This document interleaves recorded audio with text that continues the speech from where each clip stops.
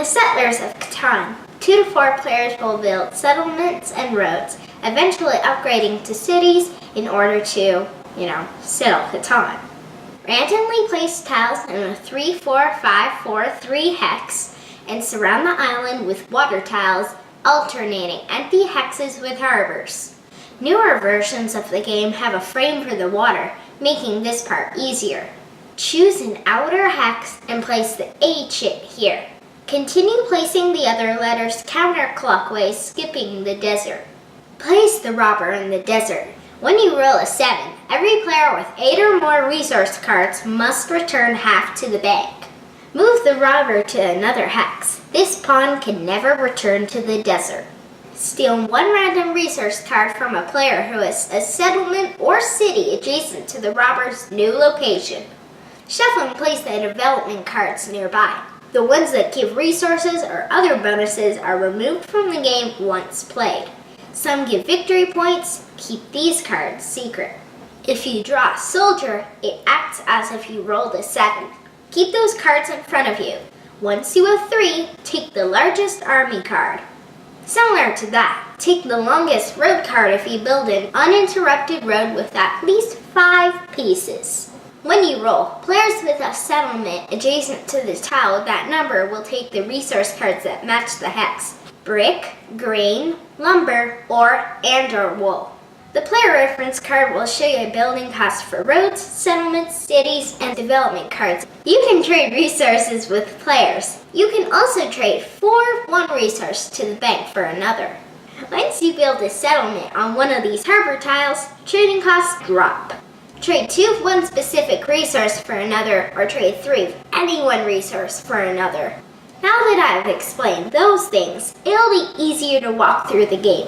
Player 1 will place a settlement and road at an intersection of hexes. Go around the table once, then reverse. In other words, P1 through P4, then P4 through P1. When you place the second settlements, take 1 resource card for all matching adjacent tile types. On your turn, you will roll the dice, and players with a connected settlement or city will collect those resource cards. You can also build or trade on your turn. Settlements and cities need to be at least 2 roads from another, including your own.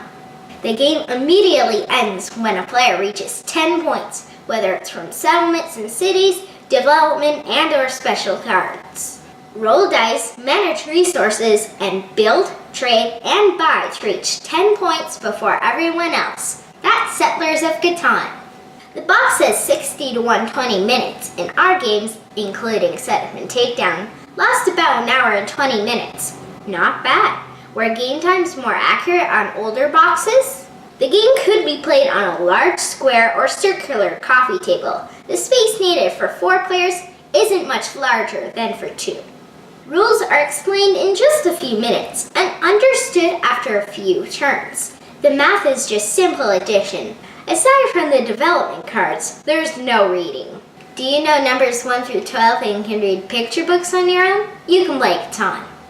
In a 3-player game, I got ahead quickly. After stealing the longest road card, I had 7 points. Mom had 4 and Dad had 3. Dad and Mom teamed up to slow me down. Once Dad got close, he turned on Mom. I had 9 points, but wasn't close to building anything. I was desperate, so when I looked into the resources for a development card, I bought one.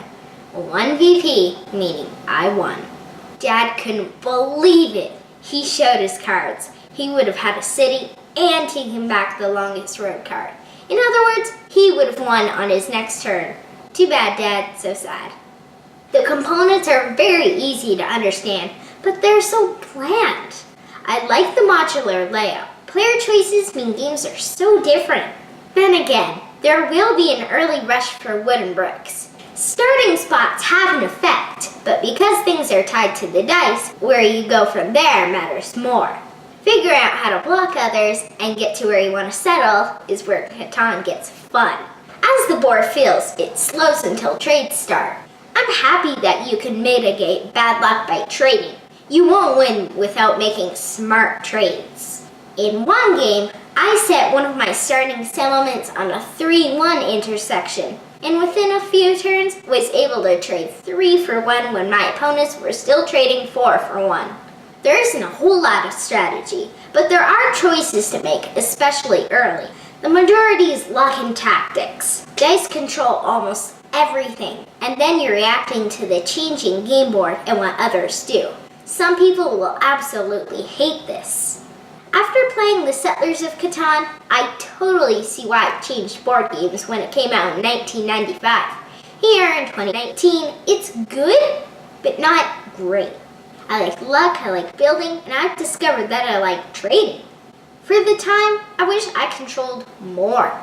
Do the expansions add what we're missing? Probably, but we'd rather play our other deep games instead. This is one of the few games Grandma actually seems interested in playing. I wouldn't suggest it, but won't turn down a game if she wants to play.